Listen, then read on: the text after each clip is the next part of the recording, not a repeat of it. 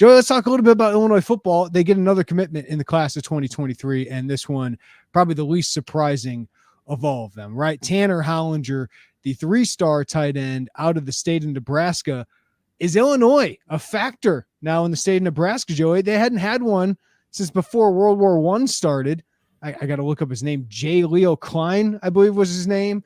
And now they had 2 within a matter of a week here with Caleb Pye from in town, Tanner Hollinger. So look out, Nebraska. Here come the Illini. Yeah. Yeah, man. I don't know. I think Nebraska is still going to do okay in recruiting the state of Nebraska, but Illinois has gone there, Jeremy, as you mentioned, in the last week and a half, 2 weeks. Probably less than that, right? I think you and I suspect Tanner Hollinger committed before he left Champaign on his official visit. And went in and got 2 prospects that they liked. And Illinois went after Hollinger. No other Power 5 offers.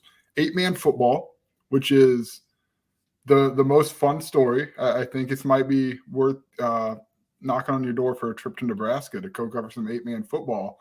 But they go in there and they get a tight end who they liked, obviously. They took another tight end and still brought him on campus. So I think that was the point, Jeremy, that you and I were like, oh, like they're probably going to take this kid if they're still bringing him on an official. Remember, he announced his commitment to Illinois, or his scholarship offer to Illinois the first night of the official. So that kind of everything pointed in the direction of a take for Illinois. And they get an inline tight end. I know you've done a lot more homework on this than I have, but a guy who's in there, he's a punishing blocker. We're seeing highlights of him now. He compliments Carson Conco a little bit, Jeremy.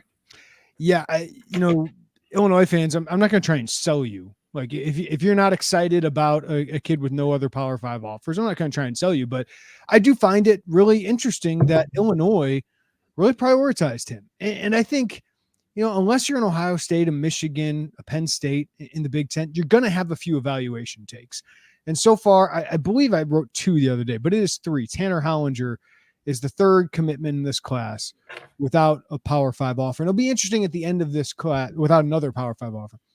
And it'll be interesting at the end of this class to see how that matches up with the previous 5 or 6 classes for Illinois. But that's a pretty small number, but you're still going to have these evals. And some of these have worked out well for Illinois. You think of the guys that made an impact last year, Matthew Bailey and Xavier Scott. I don't think either had Power 5 offers. So not to say they're all going to be successful or that I'm trying to say you should be excited about this guy, but you turn on the film and you see what excites them. What's interesting, Joe, is Nebraska has 4 Power 5 tight ends. The state of Nebraska has produced 4 Power 5. There's 3 million people, I think, in Nebraska, if that. And to have 4 Power 5 tight ends, which is equal to, I think, Florida and Texas at this point, like what's going on with tight ends in Nebraska? But, I think Iowa got one out of Nebraska. I think Nebraska got one out of Nebraska. And this guy kind of falls under the radar. Cross County is a good 8-man football school. And there's a lot of 8-man football in the Plains, whether it's Dakotas or Nebraska. But from what I'm told, Max Rosenthal, the former Illinois tight end, who's now a graduate assistant at Illinois, found his name on Twitter, dove into it, loved his film. Robbie Disher loved his film. And you can see he's a good athlete for his length. He's a legit 6'5", 220 to 230 pounds. He's got decent speed for his size, decent athlete, but he's really physical as a blocker. And I think that kind of goes well with what Carson Conco is going to be, which I think is more of a flex kind of tight end. You think of a more receiving kind of tight end, but Conco's a big physical player as well. But my biggest thing about this, Joey, is I think, and I've been saying this for a while, I think tight end's a big need for this team because Tip Ryman, I think we both think is really good and can be good. Was a great blocker last year, was by far their best tight end. But this is not a position of strength for Illinois. Maybe Henry Boyer turns into that. I'm high on what his future can be as a physical blocker. But they need some more talent at this position because they haven't had a lot of production at tight end, and they need some tight ends to be a threat as receivers. Because as often as they use tight ends, I got to look up this stat, but they use 12 personnel, 2 tight ends a lot of the time. So there is 1 or 2 tight ends on the field at all times, and it just doesn't feel like the defenses have to worry too much about those guys right now. Yeah, not to spoil too much of my position primer, Jeremy, but I'm writing about tight ends right now. And last year, their tight ends had 39 receptions for 419 yards and 3 touchdowns. That's one of the handful of better tight end seasons at Illinois over the last 7 years. And for context, that's still ranked near the bottom of the Big Ten among tight ends in the pass catching game last season, 10th in receptions, 9th in yards, 12th in targets. That's not inspiring, right? And that target number really stands out to me because that means to me like they're not getting open or the quarterbacks don't trust them. I mean, it could be a little bit about what they think of tight end. Like tight ends are blockers a lot of the times, but same is the case with Iowa. Iowa likes to use those guys as blockers. Illinois just doesn't have a Sam Laporta. Yeah, I mean, Iowa likes to use them as blockers, and they absolutely eviscerated the field in stats. I'm not going to go too far into it because it's primary put in a lot of work on them. I know you would tell me to, hey, slow down. No, you could throw out some. I mean, look, the receptions for Iowa tight ends, and we have to say before I get into that, Illinois tight ends blocked fine. They were fairly good blockers last season. They're part of the reason Chase Brown was able to do what he did. They were successful to a degree as blockers. But so was Iowa. And then you look at Iowa's receptions. First in the Big Ten with 87 reception among tight end. First in yards with 1,036. First in targets with 135. As you mentioned, Sam Laporta changes a lot of that because Sam Laporta is a really good tight end. And so it's Luke Lachey, right? Yeah, that's right. So when you have one or two of those guys, probably NFL guy Sam Laporta, as we know is, you're going to have a little more trust in there. And obviously Iowa had a litany of other issues offensively, and tight end was their most reliable place. But this is just not what we thought of tight end when Brett Bielema got hired in his past and what we're seeing now. And this is kind of not too far away from the Tanner Hollinger commitment comments, but just big picture. Those two things haven't to this point aligned yet, where you've seen those draft pick after draft pick after draft pick. That's not really happening right now. And it does take time to build that room. And Illinois, to be frank, Jeremy, has taken a lot of the freshmen with what they asked them to do blocking. It takes time for development with some of those guys. So you're not seeing that line up quite yet. And here we are at a position where it's oh man, where would they be without Griffin Moore next year, we think? Yeah. And they had Tanner Arkin, Colorado State transfer. We'll see what he becomes. It felt like he was battling for the third spot at tight end during the spring with Henry Boyer, with Griffin Moore kind of establishing himself, which is a positive for next year. But you just need more options. And that's what this told me. When they got Conkle, I was like, oh, are they actually going to bring Hollinger on a visit? Then they did, and they offered him, and they take his commitment.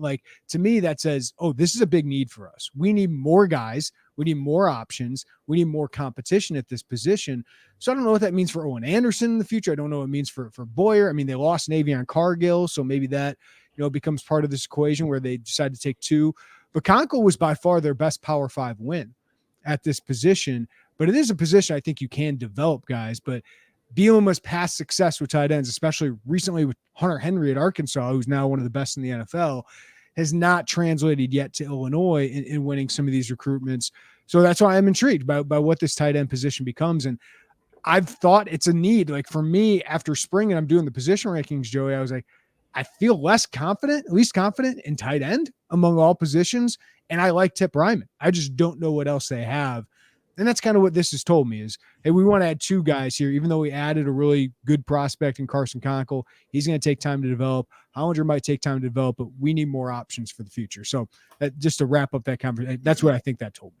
Yeah, me too. And also they're two different enough guys where they're not just trying to hit a home run on the same guy and whichever one blossoms first. They're different enough that you can easily justify taking two. But yeah, I'm with you. I think they're trying to that's the room that's been remade kind of the least in this Bielema tenure. So you're seeing them start to be a little more, I don't know that aggressive is the right word, but you're starting to see that targeted a little bit more here. Yeah, and Disher obviously probably, I don't know this, but it seems like he pounded on the table for him, right? In that, Bielema was who sold on this, but 974 offensive snaps for Illinois last year, Joey.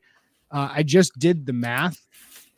They had 1,318 tight end snaps. So tight ends were on the field for 1,318 snaps. That's 1.35 tight ends on the field per snap. So this is a position they need. It's always on the field, and a lot of times there is two on the field. So this is a really important position for this offense. And while I think they're good blockers, I kind of said this to you before the show. It's like having Dane Danger and Ty Rodgers on the field at the same time. Like one of them has to be a threat to catch the ball. One of those guys, Rodgers or Danger, has to be a threat to score or shoot the ball. Otherwise, you become a little bit easier to defend. I kind of feel that way with tight ends. I think you need a blocker, physical guy who can catch and flats and all those things.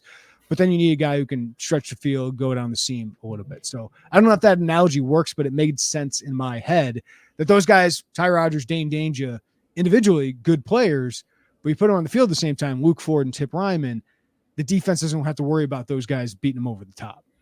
Yeah, I'm with you. I'm kind of chuckling because this would be the time if we were live. We're not obviously live right now, that St. Dom would be hopping in the comments like, listen, I've been all right. Absolutely. He may have DM'd you that comp, Jeremy. I'm thinking that could have been the case, but yeah, I'm with you. You need somebody, and Tip Ryman, right? Or actually, I should say Griffin Moore right now is the guy that you would think would step into that role, but Griffin Moore's in his final year. So then he's got 2 years left potentially. Is that? Are you Yeah, sure about that? He's got a redshirt year and a COVID year, and he's a redshirt junior. Yeah. He's the double redshirt junior. The COVID year is still sitting there. Yeah, I was a year behind on that. Well, there you go. There's your bridge. Some of these guys, your Henry Boyers, your Owen Andersons, your Carson Conkles, your Tanner Hollingers moving forward. Yeah, the Griffin Moore one's interesting because he's the same age as Isaiah Williams, right? And Isaiah technically is a double redshirt junior. That's right.